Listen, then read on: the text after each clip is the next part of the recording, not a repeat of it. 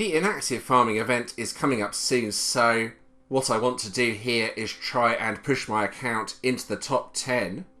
My current rank is 11 out of 1,541. I'm just outside of the top 10 here.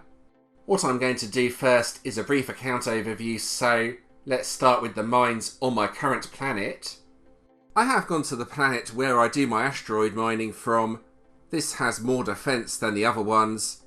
It's not necessarily where I fleet save from though, so don't get too excited if you play in this universe.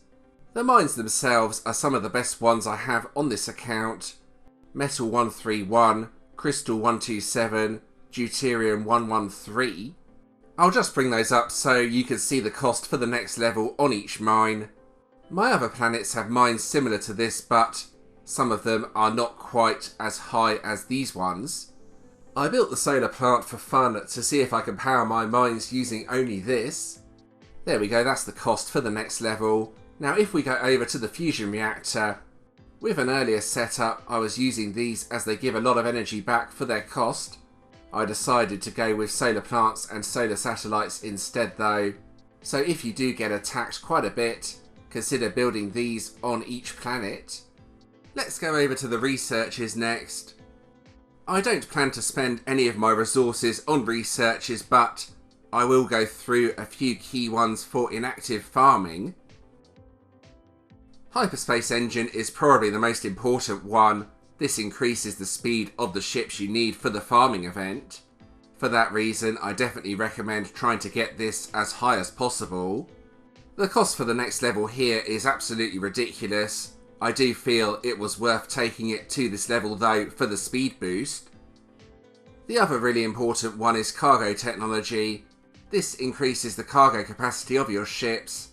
This is incredibly useful with ships like battleships and battle cruisers since they both have pretty low storage capacities compared to cargoes.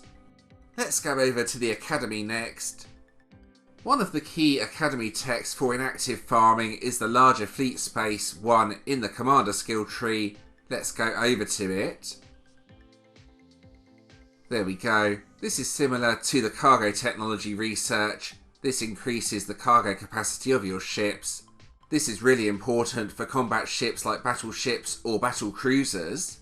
I'm not going to bring them up, but having a decent level of weapon, shield and armour mastery can help against inactives with defence. Let's go over to the shipyard to have a look at a few ships in more detail. I will be using battleships. These benefit from the 50% speed boost from the commander class. These have a decent cargo capacity compared to the other combat ships, and they don't require deuterium to build. The only problem here is I need around 300 trillion battleships for the event. That's going to take about a week's worth of resources to build. If we go over to battle cruisers, these are a bit faster but the storage is also quite a bit lower. If I was going to build these, I would be looking at around 3 times as many, so in other words 900 trillion. They also cost deuterium to build, so I think battleships are the better choice, especially considering my account is a miner account. Let's bring up the more info on battle cruisers and battleships. I will put them both together so you can compare the two ships. There we go, battleships at the top, battle cruisers at the bottom.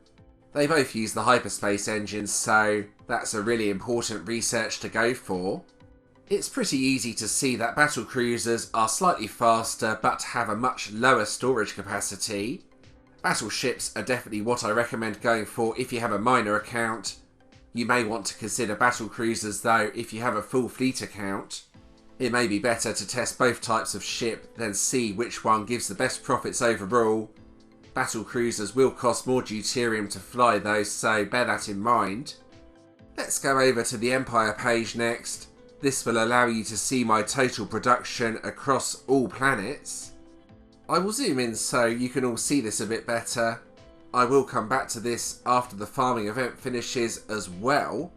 I plan to spend all of my resources during the farming event on mines, so this should go up by a pretty decent amount. Well, hopefully anyway. We will see after the event finishes. This is without any sort of resource boost in the premiums. My main focus is on metal mines since all my planets are in position 8. Position 8 gives a 30% boost to metal production. So there we go, that's my production across all of my planets. The farming event starts tomorrow, so what I'm going to do first is show you my general strategy during the event itself. Right, let's come back once the event has started. This is during the event. I am using the Commander class now. The first thing I will bring up here is the fleet groups. My plunder fleet is 1.5 trillion battleships. You can see that here. I will increase this to 2 trillion as quite a few of my fleets have been coming back with full resources. I will show you some of the combat reports now. These are really large amounts of resources. Vega is without a doubt the best universe for inactive farming. It's pretty much essential that you play this event if you are in Vega, otherwise it's going to be very difficult to reach the higher ranks. Lovely large amounts of resources being found here. A few more here, let's scroll down. There we go, and I have saved a few of the espionage reports. This gives you an idea of how much resources the inactives actually have on. Nice amounts of resources. The ones that have defense need to be marked as enemies so I don't accidentally farm them. The strategy I use is pretty straightforward. I go through the galaxy view and click Plunder Fleet on as many inactives as I can.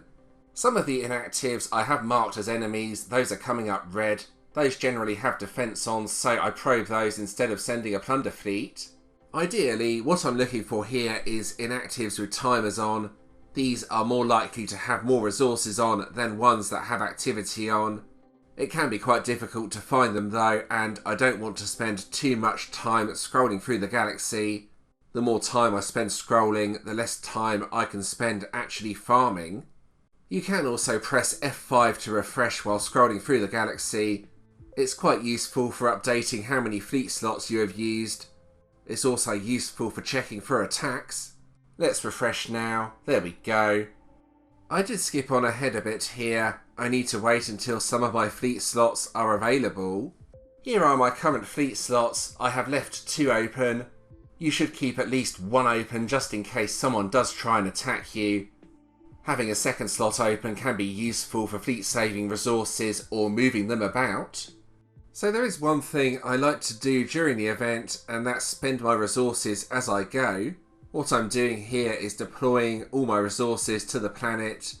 I will see if there's any mines I can upgrade when all the resources arrive. Shouldn't take too long. It's better with the miner class as cargoes have 2 times speed.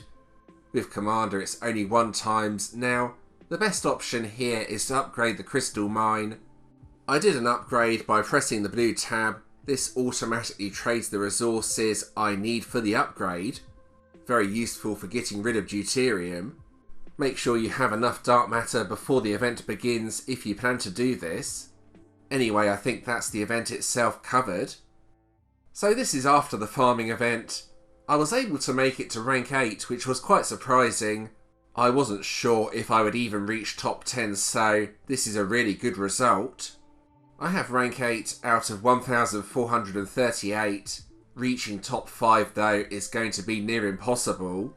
So let's bring up the high score rankings so you can all see how my account compares to others in the universe. You can see the top 5 here and just how competitive they are. If I'm ever going to reach that sort of rank, then I'm going to need to put a lot more work into the game. My building level is rank 5, which I'm really happy with. It was worthwhile to spend all those resources on mines during the event. I just wanted to show you my overall points and building level here, so let's back out.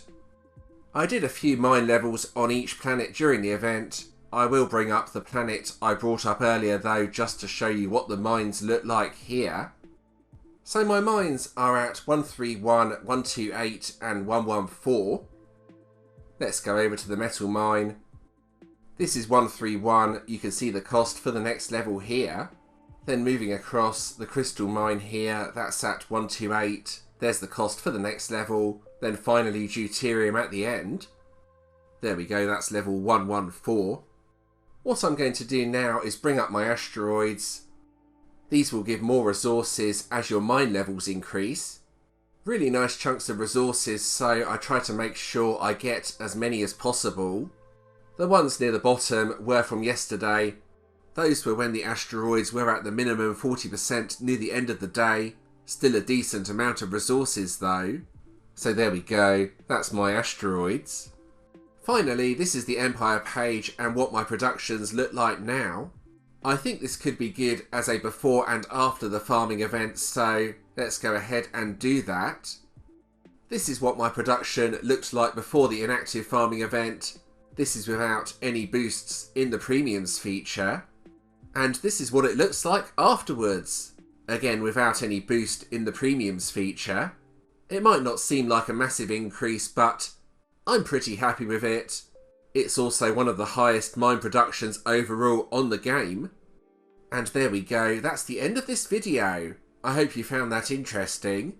As always, if you have any questions or suggestions regarding this video, please let me know in the comments and I'll do my best to help. If you did enjoy this video, giving it a like and subscribing is always appreciated. There's a playlist in the pinned comment with all my OGameX videos in. There's another video on the screen, plus you can also subscribe from here if you want to do so. And thanks for watching.